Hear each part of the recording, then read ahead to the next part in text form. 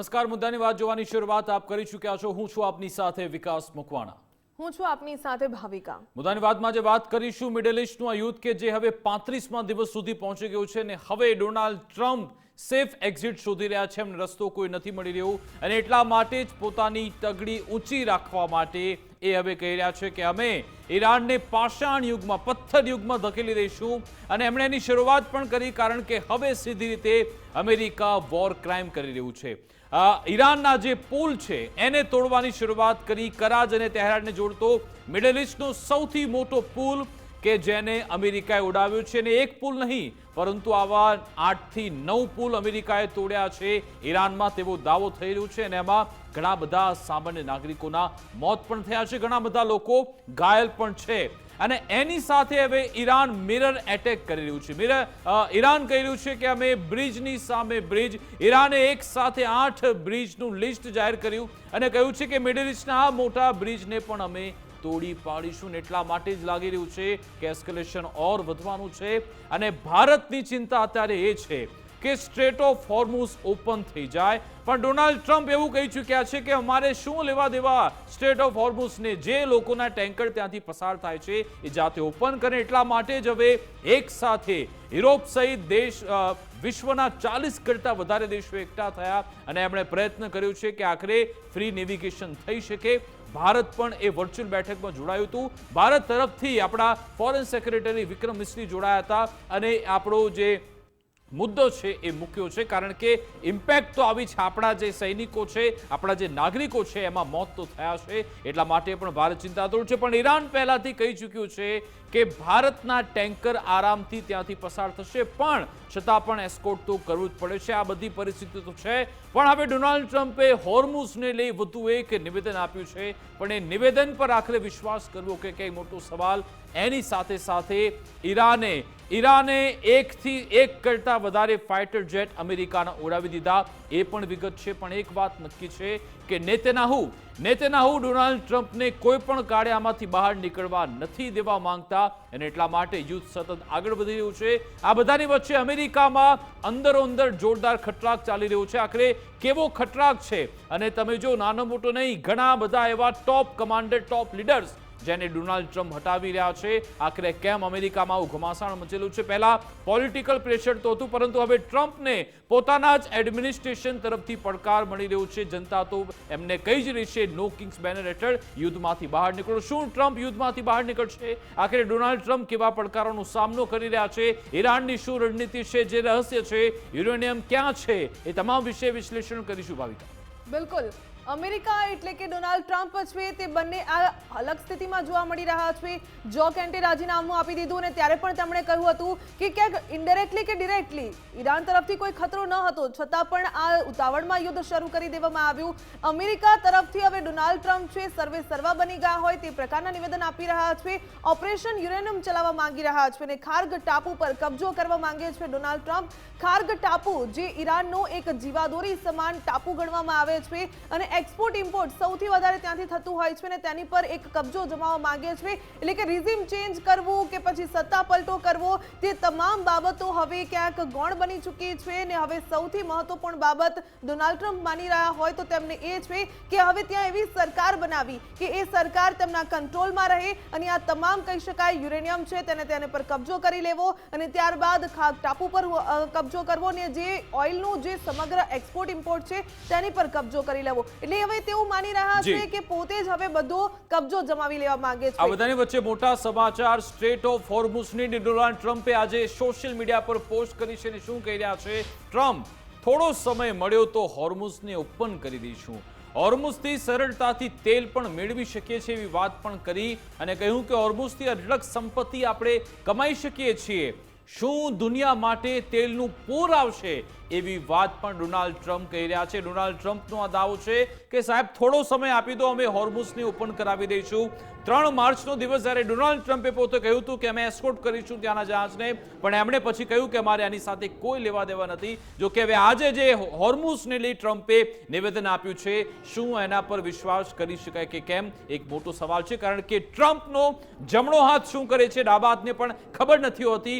રોજે રોજ એમના સ્ટેટમેન્ટ બદલાતા રહે છે. આજ ટ્રમ્પ કે જેમણે 6 એપ્રિલની ડેડલાઇન આપી હતી, 6 એપ્રિલ સુધી એક પણ એટેક નહીં કર્યું, આજના દિવસમાં જ તેમણે ઈરાનનો બ્રિજ તોડી નાખ્યો છે.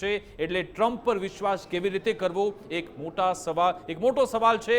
હવે બીજા મહત્વના સમાચાર પર નજર કરીએ કે ભાવિકા છેલ્લા 24 કલાકમાં ઈરાન પર સતત તાબડતોડ હુમલા થઈ રહ્યા છે. બિલકુલ, અમેરિકા અને ઇઝરાયેલે અનેક શહેરોમાં બોમ્બ વરસાવ્યા. ઈરાનના કરાજ શહેરમાં હુમલો કરવામાં આવ્યો. હુમલામાં B1 બ્રિજને તોડી પાડવામાં આવ્યો. બ્રિજ પર 2 વખત મિસાઇલ હુમલો કરવામાં આવ્યો હતો. આ બ્રિજ મધ્ય પૂર્વનો સૌથી મોટો બ્રિજ માનવામાં આવે છે. બ્રિજ તહેરાનને ઈરાનના પશ્ચિમ વિસ્તારની સાથે જોડે છે. બ્રિજ પર હુમલાને પગલે 8 લોકોના મોત થયા હોવાના પણ અહેવાલ પ્રાપ્ત થઈ રહ્યા છે. ઇઝરાયલ અમેરિકાના હુમલામાં 95 થી પણ વધુ લોકો ઘાયલ થયા. ઈરાનના ઇસ્ફહાનના બહેરસ્તાન વિસ્તાર નજીક પણ હુમલો થયો. બહારેસ્તાન વિસ્તાર ઇસ્ફહાનથી 21 કિલોમીટર દૂર આવેલું છે. મિસાઇલ બેઝ, ઔદ્યોગિક અને સ્ટ્રેટેજિક સ્થળોને ટાર્ગેટ કરવામાં આવી રહ્યા છે. મિસાઇલ સ્ટોરેજ અને ઔદ્યોગિક સુવિધાને પણ મોટું નુકસાન પહોંચ્યું. ઇઝરાયલ અને અમેરિકા તહેરાનના આસપાસના વિસ્તારમાં પણ હવાઈ હુમલા કર્યા છે. ડ્રોન, ટેન્ક અને મિસાઇલ લોન્ચર્સને નિશાન બનાવવામાં આવ્યા છે. એટલે કે 35 દિવસ યુદ્ધના થઈ ચૂક્યા છે. ડોનાલ્ડ ટ્રમ્પ પોતાના સ્ટેન્ડ પર ક્લિયર નથી. 35 દિવસમાં અનેક વખત સ્ટેટમેન્ટ આપી ચૂક્યા છે. અને આ બધી ગતિવિધિ વચ્ચે અમેરિકામાં શું થઈ રહ્યું છે, હવે પછીના સમાચાર તમે જુઓ. અમેરિકામાં કેવી પરિસ્થિતિ છે. ઈરાન યુદ્ધ વચ્ચે અમેરિકાએ જે નિર્ણય લીધો છે, આખી દુનિયા અત્યારે ચોંકી ગઈ છે. જી હા, અહીંયા અમેરિકાના રક્ષા મંત્રી પીટ હેગસેથ યુદ્ધની વચ્ચે યુદ્ધ ચાલી રહ્યું છે અને એમણે પોતાના આર્મી ચીફ ઓફ સ્ટાફ સહિત મોટા 3 અધિકારીને હટાવી દીધા. તમે ક્યારેક કલ્પના પણ કરી શકો, ડોનાલ્ડ ટ્રમ્પ દાવો કરી રહ્યા છે અમે યુદ્ધ જીતી લીધું છે, અને એની વચ્ચે એમણે પોતાના આર્મી ચીફ ઓફ સ્ટાફને હટાવી દીધા કે જેમની હજુ પણ 1 વર્ષની ટર્મ બાકી છે. એની પહેલા એમને કહ્યું કે તમે રાજીનામું આપી દો, અને એમને પદ પરથી હટાવી દેવામાં આવ્યા. તાત્કાલિક રિટાયરમેન્ટ લેવાનું એમને કહી દેવામાં આવ્યું. આખરે કેમ આવું થયું? કારણ કે જનરલી જો તમે યુદ્ધ જીતતા હો તો પછી એના જે કમાન્ડર હોય છે, મેઇન જે કેપ્ટન હોય છે, એને તો નવાજવાનો હોય, એને ગિફ્ટ આપવાની અથવા તો એમનું સન્માન કરવાનું હોય, પણ એમને કેમ રિટાયરમેન્ટ લેવાનું કહી દેવામાં આવ્યું? એનો મતલબ કે શું અમેરિકામાં સેના અને આ એડમિનિસ્ટ્રેશન એ બંને આમને સામને છે? એક સવાલ ચોક્કસથી થાય. આ બધાની વચ્ચે હવે મહત્વના સમાચાર નજર કરીએ. એ ખૂબ જ મોટા સમાચાર એ છે કે ફરી એકવાર ઈરાન એર પાવર પોતાનું બતાવી રહ્યું છે. દાવો છે ઈરાને અમેરિકન F-35 ફાઇટર જેટ તોડી પાડ્યું. જી હા, ઈરાને વિમાનના કેટલાક ટુકડાઓના ફોટો અને વિડીયો પણ જાહેર કર્યા. ફૂલ સ્ક્રીનમાં વિઝ્યુઅલ જોઈએ. આ તમામ ઈરાની પ્રેસ ટીવી મદદથી રિલીઝ થઈ રહ્યા છે વિડીયો. એમાં દાવો થયો કે અમે F-35 તોડી પાડ્યું, અને કેટલાક ફોટોગ્રાફ્સ પણ એમણે રિલીઝ કર્યા છે. એ ફોટોગ્રાફ્સ પણ આપણે જોઈશું. ઈરાનનો દાવો છે કે આ કાટમાળ, આ તો વિડીયો છે, આ તમે જો, આ કાટમાળ F-35 હોવાનો દાવો છે. ઈરાનની કેદમાં એક પાયલટ પણ હોવાનો દાવો છે. આ પ્લેનમાંથી જે પાયલટ ત્યાંથી નીકળ્યા એ પણ એમની કેદમાં હોવાનો દાવો છે. પાયલોટને ઈરાની સેનાએ બંધક બનાવ્યો હોવાનો દાવો છે. અને આજે ઘણા બધા વિડીયો રિલીઝ પણ થયા કે કેટલાક એવા ડ્રોન છે કે જ્યાં દરિયાઈ સીમામાં જોવા મળ્યા છે કે જે બ્લેક બોક્સ લેવા માટે અથવા તો આ તમામ કાટમાં રિકવર કરવા માટે આવ્યા હોય તેવો દાવો છે. ફાઇટર જેટ તૂટ્યું ત્યારબાદ પાયલોટની શોધખોળ ચાલી રહી છે પણ દાવો છે. જો કે હજુ સુધી કન્ફર્મેશન અમેરિકા તરફથી આવ્યું નથી, પરંતુ ક્યારે આવતું પણ નથી, અને આવે છે તો કહેવામાં આવે છે કે ફ્રેન્ડલી ફાઇટમાં આવું થઈ જાય છે. આને લઈ હવે અમેરિકા શું કહે છે એના પર નજર રહેશે. બીજી બાજુ ઈરાન સતત બારૂદી પ્રહાર કરી રહ્યું છે. નેક્સ્ટ બ્રેકિંગ પર આવીએ. ઈરાને ઇઝરાયલ સહિત આરબ દેશોને પણ ટાર્ગેટ કર્યા. બિલકુલ, ઈરાને કુલ 6 થી પણ વધુ દેશોને ટાર્ગેટ કર્યા. Israel, Qatar, Bahrain, Kuwait, Saudi Arab અને જોર્ડનમાં હુમલા કર્યા. ઈરાને ઇઝરાયલ પર 5 ચરણમાં હુમલા કર્યા છે. ઈરાને 5 ચરણમાં 20 થી પણ વધુ મિસાઇલ દ્વારા હુમલો કર્યો. ઈરાને હુમલા માટે ક્લસ્ટર વોરહેડનો પણ ઉપયોગ કર્યો છે. ઈરાને ઇઝરાયલના પીટા તિકવા પર સીધો હુમલો કર્યો. ઈરાનના હુમલાને પગલે પીટા તિકવા શહેરમાં ભારે નુકસાન થયું. ઈરાને તેલ અવીવ મેટ્રોપોલિટન વિસ્તારમાં પણ હુમલો કર્યો. તેલ અવીવ આસપાસના વિસ્તારમાં પણ ઈરાને ડ્રોન હુમલો કર્યો છે. ઈરાને કતરમાં પણ મિસાઇલ હુમલા કર્યા. રાસ લાફાન પાસે ઓઇલ ટેન્કરને ટાર્ગેટ કર્યું. ઈરાને UAEમાં 12થી પણ વધુ ડ્રોન અને મિસાઇલ દ્વારા હુમલો કર્યો છે. યુએઈના અફવામાં મિસાઇલનો કાટમાળ પડતા બાંગ્લાદેશી નાગરિકનું મોત થયું છે. ઈરાને બહેરીનમાં ડ્રોન અને મિસાઇલ હુમલા કર્યા છે, એટલે કે ઈરાન જડબાતોડ જવાબ આપી રહ્યું છે, જવાબી કાર્યવાહી કરી રહ્યું છે. અનેક મિસાઇલ અને ડ્રોન હુમલા કર્યા છે. બિલકુલ, એટલે કે આવી સ્થિતિ છે. અત્યારે ઈરાન પણ તાબડતોડ હુમલા કરે છે, ઇઝરાયલ પણ લેબેનોન ઈરાન પર કરે છે, અમેરિકા પણ પોતાની રણનીતિ સાથે આગળ વધી રહ્યું છે. પણ આમાં આખરે કઈ ગેમ રમાઈ રહી છે એને જ ડીકોડ કરવાનો પ્રયત્ન કરીશું. આપણી સાથે ગેસ્ટ પેનલ જોડાઈ ગઈ છે, ડિફેન્સ એક્સપર્ટ આપણી સાથે જોડાઈ રહ્યા છે. એમને આપણે સ્ક્રીન પર લાવી દઈએ. રિટાયર્ડ કેપ્ટન જયદેવ જોશી જોડાઈ ગયા છે. જયદેવજી, ગુજરાત ફર્સ્ટમાં આપનું સ્વાગત છે. જય હિન્દ. અને સાથે દિનેશ પટેલજી પણ જોડાયા છે. દિનેશજી, આપનું પણ ગુજરાત ફર્સ્ટમાં સ્વાગત છે. તો જયદેવજી, આખરે આ શું ગેમ ચાલી રહી છે? એક બાજુ દાવો થાય કે 82nd એરબોર્ન ડિવિઝન ત્યાં પહોંચી રહી છે, પછી ટ્રમ્પ કહે 6 એપ્રિલની ડેડલાઇન છે, એ ડેડલાઇન પહેલા જ એ એટેક કરી નાખે છે. તહેરાનને જોડતો મોટો બ્રિજ, મિડલ ઇસ્ટનો મોટો બ્રિજ અમેરિકા તોડી પાડે છે. ઈરાન કહે છે અમે F-35 તોડી પાડ્યું છે. આખરે ખરા અર્થમાં શું થઈ રહ્યું છે? શું ગેમ રમાઈ રહી છે? જણાવો.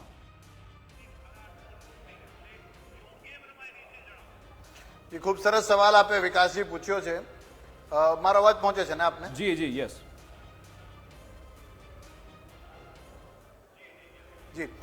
આપે ખૂબ સરસ સવાલ પૂછ્યો છે, અને જે આપનું ખૂબ સરસ ઓપનિંગ નેરેટિવ અને અલગ અલગ બ્રેકિંગ અને જે આપે એનાલિસિસ આપ્યું, એમાંથી જ એક લાઈન, એક એક્સપ્રેશન જે આપ બોલ્યા હતા વિકાસજી, અને ઉધાર લઈને આપના પ્રશ્નનો જવાબ હું આપું તો ટ્રમ્પના ડાબા હાથને ક્યારેક ખબર નથી હોતી કે તેનો જમણો હાથ શું કરે છે. એ જ વાતમાં થોડો એક ઉમેરો હું એ કરીશ કે જમણા હાથને કરવું અને ડાબા હાથને ખબર ન પડવી એ અજ્ઞાનતાના કારણે નથી, માત્ર ને માત્ર ટ્રમ્પ પોતાના સ્વાર્થના કારણે આ કરતા હોય છે તેવું છે. શું ચાલી રહ્યું છે તેની વાત કરીએ તો એક તરફ શાંતિની વાત કરે છે ટ્રમ્પ, તો એની જ સામે ઈરાન ના પાડી દે છે કે આવી કોઈ શાંતિની વાત, સીઝફાયરની વાત છે નહીં, 15 મુદ્દા અમે રિજેક્ટ કર્યા. બીજી બાજુ ખૂબ વખાણ કરીને પોતે જે હમણાં રાષ્ટ્રજોગ સંબોધન કર્યું, 19 મિનિટ જેટલી સ્પીચ બોલ્યા, શરૂ કરી ત્યારે, પૂરી કરી ત્યારે અને વચ્ચે પણ ઘણી બધી વાર એમણે સેક્રિફાઈસ આપીને તૈયાર એવા ખૂબ શક્તિશાળી યુએસ આર્મી આર્મ ફોર્સીસના વખાણ કર્યા. ક્યારેય તમે કલ્પના નહીં કરી હોય એવડી જીતની વાત ટ્રમ્પે કરી. વર્લ્ડ વોર 1, 2 કેટલા કલાકો ચાલી હતી, કેટલા દિવસો, વર્ષો ચાલી હતી, અમેરિકા અલગ અલગ યુદ્ધો કેટલું લડ્યું, વિયેતનામ યુદ્ધ તો કે આટલા 19 વર્ષ કંઈક, એ બધા એમણે ગણાવ્યા, અને આ માત્ર 32 દિવસ 33 દિવસમાં અમે આ પૂરું કરી દીધું. આવા યશગાથાઓ એમણે પોતાની આર્મીની ગાઈ. પણ એ જ આર્મીના, યુએસ આર્મીના જે ચીફ ઓફ સ્ટાફ તરીકે તમે જે વ્યક્તિ છે એને હટાવી દો છો, તો ખબર નથી પડતી. પણ યસ, એ મેલી મનસાને જો ઓળખીએ તો આપણને ખ્યાલ આવશે કે ચાલી શું રહ્યું છે, અને ચાલી એ રહ્યું છે જે ટ્રમ્પનો સ્વાર્થ છે. અત્યારે જે આ ચીફ ઓફ સ્ટાફને રિટાયર થવાનું કહેવામાં આવ્યું છે, એમણે આની પહેલા બાઇડન સાથે કામ કરતા સેક્રેટરી ઓફ ડિફેન્સ, એટલે ત્યાં એને આપણે આપણી ભાષામાં આપણે રક્ષામંત્રી કહીએ, એ રક્ષામંત્રી જે બાઇડન સરકારમાં હતા એમની સાથે રહીને ખૂબ સારું કામ કરેલું હતું. અત્યારે હેગ્ઝત જે છે એ પોતાની જાતને સેક્રેટરી ઓફ વોર કેવડાવવું પસંદ કરે છે. હેગ્ઝત પોતે કોણ છે? એક સમયે ન્યૂઝ મીડિયા સાથે કનેક્ટેડ હતા, નવી ટ્રમ્પની કોર્પોરેટ વેવમાં એ આવી ગયા, અને એ કરતા કરતા કોર્પોરેટાઇઝેશન અને પોલિટિક્સનું કોર્પોરેટાઇઝેશન કરતા કરતા એ અત્યારે બન્યા છે. પોતાની જાતને સેક્રેટરી ઓફ વોર કેવડાવવું પસંદ કરે છે. આ વાત જયદેવજી, અમેરિકા, તમે જુઓ કે આમાં કેવી ઉલટી ગંગા વહી. જ્યારે 28 તારીખે હુમલો થયો, એમણે કહ્યું ઈરાનની જનતાને કે તમે રસ્તા પર આવી જાઓ. ઈરાનની જનતા રસ્તા પર ના આવી, અમેરિકાની જનતા રસ્તા પર આવી ગઈ. એમણે કહ્યું રિઝિમ ચેન્જ કરવી છે. ત્યાં રિઝિમ ચેન્જ ન થઈ, પણ અહીંયા જુઓ, અહીંયા એમનો main chief of defence staff એ હટી ગયા, એમના ઇન્ટેલિજન્સ ઓફિસર જો કેન્ટ, એ રિઝિમ ચેન્જ થઈ રહી છે. તુલસી ગબાર્ડ અને કાશ પટેલની પણ વાત થઈ રહી છે, અને આજે એટર્ની જનરલ એમને પણ હટાવી દીધા. આ રિઝિમ ચેન્જ તો અમેરિકામાં થઈ રહી છે.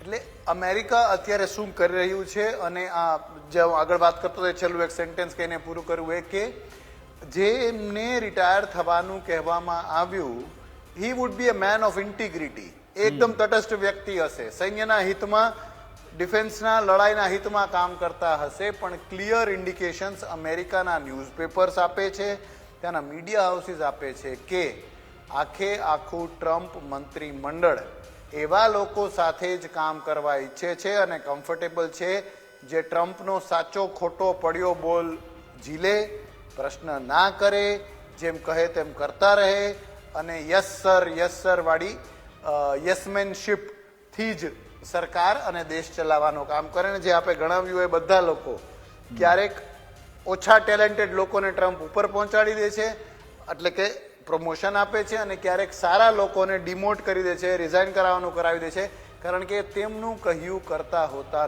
નથી. ઓકે, અને આના કારણે ટ્રમ્પ આની સાથે સ્પષ્ટપણે ટેન્જિબલી કહી શકાય કે ટ્રમ્પના વળતા પાણી થઈ રહ્યા છે. આની સાથે દર્શક મિત્રોને એ પણ જણાવવું જરૂરી છે કે ગઈકાલે ડોનાલ્ડ ટ્રમ્પે એમના જે એટોર્ની જનરલ છે દેશના પામ બોન્ડી એમને હટાવી દીધા. અને આ કોણ છે? આ એ જ વ્યક્તિ છે કે જેમણે સૌ પ્રથમવાર એપ્સ્ટીન ફાઇલને લઈ કહ્યું કે અમેરિકાના ડિપાર્ટમેન્ટ ઓફ જસ્ટિસના ટેબલ પર એ તમામ જે એમના ગેસ્ટ હતા એની લિસ્ટ ટેબલ પર આવી ગઈ છે. જો કે ત્યારબાદ એમણે ડિલે કર્યું અને આ જ એપ્સ્ટીન ફાઇલને લઈ ઈરાન દાવો કરી રહ્યું છે કે એના દબાણમાં તો ટ્રમ્પે અમારા પર હુમલો કર્યો. અને આ મેડમ કે જેમણે અત્યાર સુધી એ ફાઇલ દબાવી રાખ્યો હોવાનો દાવો હતો, ત્યાં જે કોંગ્રેસ કહેવામાં આવે છે એટલે કે ત્યાંની સંસદ, ત્યાં પછી એ ટ્રાન્સપરન્સી એક્ટ લાવ્યા અને પછી ના છૂટકે એમણે કેટલાક ડોક્યુમેન્ટ રિલીઝ કરવા પડ્યા. અને હવે આ મેડમ કે જેમની ટેસ્ટિમોની થવાની હતી એટલે કે ત્યાંની સંસદમાં આ મેડમે જવાબ આપવાનો તો એ પહેલા એમને હટાવી દેવામાં આવ્યા છે. પણ ત્યાંના લોકો કહી રહ્યા છે ડેમોક્રેટ્સ કે જવાબ તો તમારે આપવો જ પડશે, એપ્સ્ટીનનું સત્ય બહાર આવશે. હવે આ બધા ડોટ્સ પણ કનેક્ટ તો થઈ જ રહ્યા છે. દિનેશજી, આપનું શું માનવું છે કે અમેરિકામાં એ મચેલું ઘમાસાણ સાથે સાથે ઈરાન પર આજે જે રીતે બ્રિજ તૂટ્યા, હવે તો ડોનાલ્ડ ટ્રમ્પે કહ્યું છે કે અમે તમારા power plant, electric power plant એ પણ ઉડાવી દઈશું. શું આ વોર ક્રાઇમ નથી? અને છે તો પછી કોણ રોકશે એમને? મેં વિકાસભાઈ થેન્ક યુ પહેલાં તો ઇન્વાઇટિંગ મી. અને સૌથી પહેલાં હું જે કહેવા માંગીશ કે war everything is fair in love and war એવું કહે છે. અને અમેરિકાએ જેટલા કારણોસર બીજા પર યુદ્ધ કર્યા છે એ બધા કારણોને એમણે બ્રેક કર્યા છે. કહેવાનો મતલબ એ છે કે ડોનાલ્ડ ટ્રમ્પની હાલત અત્યારે કેવી થઈ ગઈ છે કે જેટલું કમિટમેન્ટ આપણે અમેરિકા તરફથી હોવું જોઈએ એ બધું કમિટમેન્ટ ઈરાન ફૂલફિલ કરી રહ્યું છે. ડોનાલ્ડ ટ્રમ્પ એક પણ વસ્તુ પર સ્ટેન્ડ લેતા નથી. ડોનાલ્ડ ટ્રમ્પની મેઇન વસ્તુ એ છે કે દરરોજ એમની સ્ટ્રેટેજી બદલાય છે, એમના સ્ટેટમેન્ટ બદલાય છે અને કહે છે કે he has lost the dependability. He is no more dependable એવી એમની એક ઇમેજ થઈ ગઈ છે. અને એની જગ્યાએ તમે જ્યારે વોર ચાલુ થયું ત્યારે તમે જોશો કે Iran was in A receiving end. He was in A receiving end. જ્યારે અમેરિકા અપર હેન્ડમાં હતું, આજે ઉલટું થઈ ગયું છે કે America is in A receiving end. અને જે રીતે ઈરાન જબરજસ્ત જવાબ આપી રહ્યું છે દરેક એમના એટેકનો કે દરેક એમના સ્ટેપનો, એ જ એમની જ ભાષામાં પેલું કહે છે કે એમની અમેરિકાની ભાષામાં ઈરાન જવાબ આપી રહ્યું છે. એમણે જ્યારે પુલ તોડી નાખ્યા તો આ લોકોએ લિસ્ટ જાહેર કર્યું છે કે અમે કેટલા પુલ મિડલ ઇસ્ટમાં તોડવાના છીએ. એ લોકો જ્યારે રિફાઇનરી પર એટેક કરે છે તો સામે એવો જ જવાબ આપે છે. અને Iran is fulfilling the promises. મેઇન વસ્તુ જે કહેવાની છે કે Iran is fulfilling the promises and America is breaking the promises. એટલા માટે ઇવન અમેરિકામાં એની રિલાયબિલિટી અને એની ક્રેડિબિલિટી ડોનાલ્ડ ટ્રમ્પની ખતમ થઈ છે. આપણે એક ખાસ વસ્તુ જોવાની છે અને એ દિવસે વધતી જાય છે. પરંતુ જે અમેરિકા ડોનાલ્ડ ટ્રમ્પને જ રોકી શકે એ કહી શકાય ઘણા સમયથી આપણે જોઈ રહ્યા હતા. પહેલા લાગી રહ્યું હતું કે 1-2 દિવસમાં યુદ્ધ સમાપ્ત થઈ જશે, પરંતુ ડોનાલ્ડ ટ્રમ્પને રોકવા ક્યાંક સમર્થ લાગી રહ્યા હતા. ડિપ્લોમસી બી થઈ, ટોક પણ થયું, પરંતુ કોઈ કહી શકાય ચર્ચા આગળ વધી નહીં. પરંતુ એવું સામે આવ્યું હતું અને એક ચર્ચામાં એવું વિશ્લેષણ પણ નીકળતું હતું કે જો ડોનાલ્ડ ટ્રમ્પને કોઈ રોકી શકે તો અમેરિકાની જનતા જ રોકી શકે છે. અને હવે અમેરિકામાં જ એક બાદ એક જે વિરોધનો વંટોળ ઉભો થયો છે, લાગી રહ્યું છે કે ડોનાલ્ડ ટ્રમ્પ આ બધી વસ્તુઓને કારણે ક્યાંક પાછા પડી શકે. એમાં ડોનાલ્ડ ટ્રમ્પની મેઇન અત્યારે એને છે ને સમહાઉ ફેસ સેવિંગ સ્ટ્રેટેજી રાખવી છે કે જેથી એની ઇજ્જત બચી જાય. અને પેલું કહે છે ને હાર્યો જુગારી બમણું રમે. આપણે ગુજરાતીમાં કહેવાય છે હાર્યો જુગારી બમણું રમે. એવી એ જ રીતે દરરોજ કોઈને કોઈ સ્ટેપ લઈને એ કોઈને કોઈ રીતે પોતાની જાતને સક્સેસફુલ બતાવવા માંગે છે અમેરિકન જનતાને. પણ હવે આ 1 મહિનાના યુદ્ધ પછી લોકોને રિયલાઇઝ થઈ ગયું છે કે એમની ઉપર is no more dependable or reliable person. અને કહેવાય છે કે ability is important but dependability is crucial. અને ability without dependability is a liability. એટલે અત્યારે Donald Trump has become a liability on entire world. આખા વર્લ્ડ ઉપર એ જાતની લાયબિલિટી છે, કોઈ એને સ્ટોપ કરી શકતું નથી. બીજું, હી ડઝન્ટ લિસન ટુ એનીબડી. એ કોઈને સાંભળતા નથી પહેલી વસ્તુ, અને એમની સાથે કોઈ નથી અત્યારે. અને હવે બિલકુલ સાહેબ, આપણે અત્યારે માફી સાથે રોકું છું, પણ જે આપણે F-35 ના જે ન્યૂઝ ચલાવ્યા કે ઈરાન દાવો કરી રહ્યું છે કે આ ફાઇટર જેટ ક્રેશ થયું, અમે પાયલટ પણ કબજે લીધો છે, અને હવે અમેરિકાની ન્યૂઝ એજન્સી રોયટર્સ પણ આ સમાચાર કન્ફર્મ કરી રહી છે. રોયટર્સનો દાવો છે કે એક અધિકારી અમને કહ્યું છે કે હા, એક ફાઇટર જેટ, નામ નથી આપ્યું પણ ફાઇટર જેટ પડ્યું છે અને પાયલટની શોધખોળ પણ ચાલી રહી છે. આ અત્યારના લેટેસ્ટ સમાચાર છે. જયદેવજી, આપને શું લાગી રહ્યું છે? અગાઉ પણ F-35 તોડી પાડ્યાના દાવા થયા હતા. આ વખતે તો બિલકુલ કાટમાળના ફોટો પણ બતાવવામાં આવ્યા. એ પાયલોટની ચેર, એનો ફોટો પણ ખૂબ જ વાયરલ થઈ રહ્યો છે. આપને શું લાગે છે? હવે રોયટર્સે પણ કન્ફર્મ કર્યું કે એક ફાઇટર જેટ તો પડ્યું જ છે. શું એ શક્યતા આપને લાગી રહી છે? અને એનાથી હવે અમેરિકાની જે ઓરા હતી એની આર્મીની, એના એરફોર્સની, એ ધૂળમાં આવી ગઈ છે એવું આપને લાગે છે આ યુદ્ધમાં?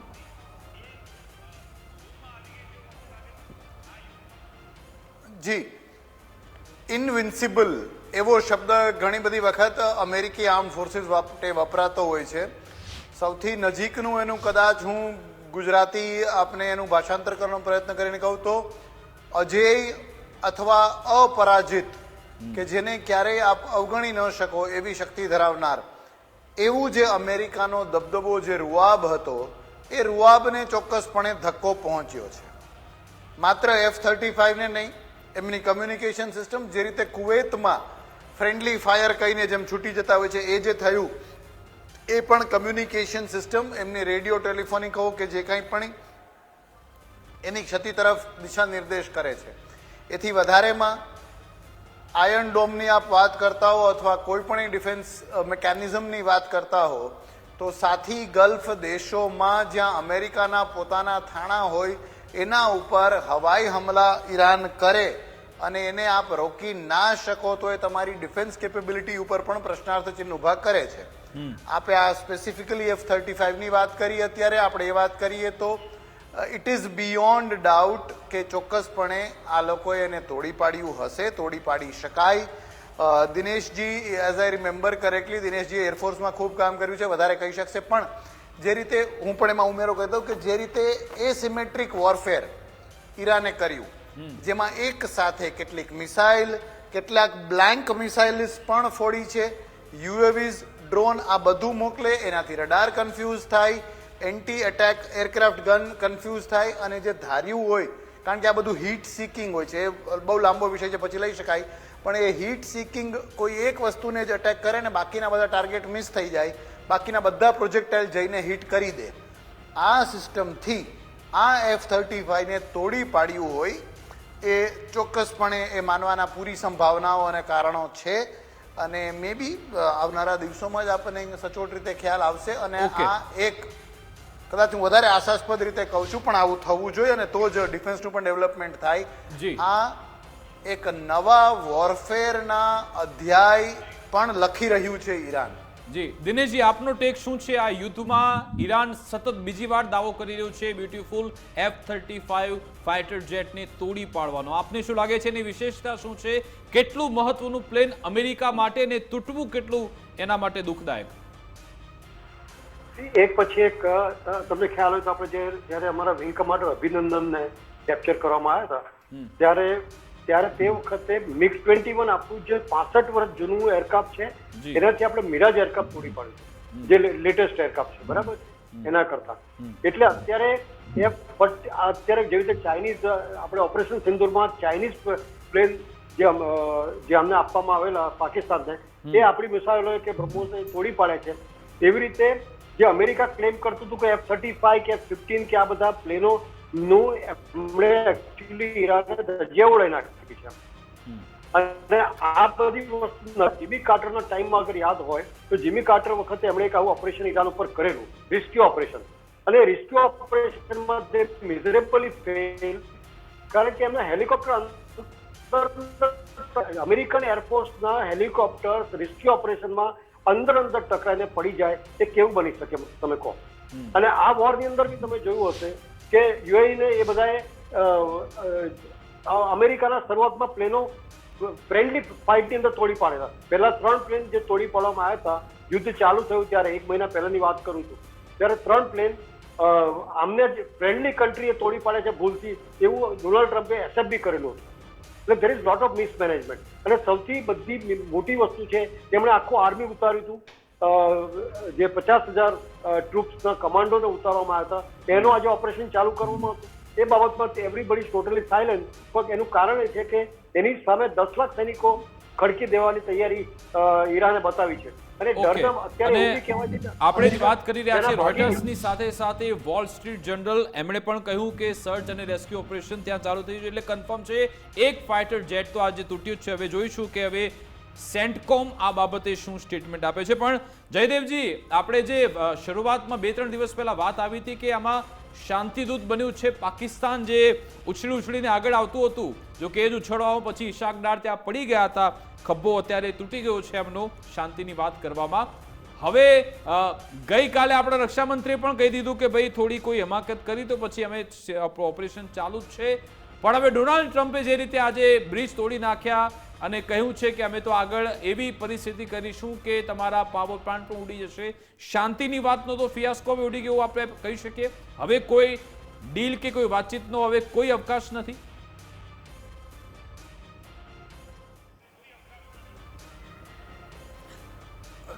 ડીલ થાય ના થાય, લડાઈ કયા ચરણમાં જાય, એ બધી જો તો અને સંભાવનાઓની વાતો છે. પણ એક વાત જે સ્પષ્ટ છે વિકાસજી, એ છે કે પાકિસ્તાન અત્યારે હવાત્યા મારી રહ્યું છે. યસ, પાકિસ્તાન પાસે અમુક એવી જીઓ સ્ટ્રેટેજિક બાબતો છે જે એમની તરફેણમાં જાય, એમણે શાંતિદૂત બનવાનું થાય તો શાંતિદૂત તો કદાચ પાકિસ્તાન નહીં બની શકે, કારણ કે એના માટે થોડું ઇન્ટેલેક્ટ જોઈએ, થોડી બુદ્ધિ જોઈએ, થોડું ગાંભીર્ય અને થોડું મેચ્યોરિટી જોઈએ. એ નથી. પણ જીઓ સ્ટ્રેટેજિક પોઝિશનિંગના કારણે એ આવી કોઈ શાંતિ વાતનું યજમાન માત્ર બની શકે. એ પોતે ખાલી પોતાની જગ્યા, પોતાનો દેશ, પોતાના કોન્ફરન્સ રૂમો આપી શકે એટલી પાકિસ્તાન પાસેથી અપેક્ષા રાખતા હોય. પણ જેમાં આ બધી બાબતો સંભાવનાઓથી ગ્રસ્ત છે, એ સંભાવનાઓ જે ટ્રમ્પ ડિક્ટેટ કરે છે, જે દર 24 નહીં તો 48 અથવા અઠવાડિયે બદલે છે, એ જોતા પાકિસ્તાનનો આમાં કોઈ મહત્વનો રોલ અદા કરવો એ બહુ દૂરની પોસિબિલિટી દેખાઈ રહી છે. વાત એવી પણ આવી હતી કે સ્ટ્રેટ ઓફ હોર્મુઝમાંથી જો અમુક શિપ્સને ઈરાન પાસ કરવા દેશે તો એના ઉપર પાકિસ્તાન ઝંડો લાગેલો હશે ને એવા શિપ્સને એ લોકો જવા દેશે. પણ એ વાત પણ માત્ર ખાલી આવી અને ક્યાં હવા થઈ ગઈ આપણને ખ્યાલ નથી.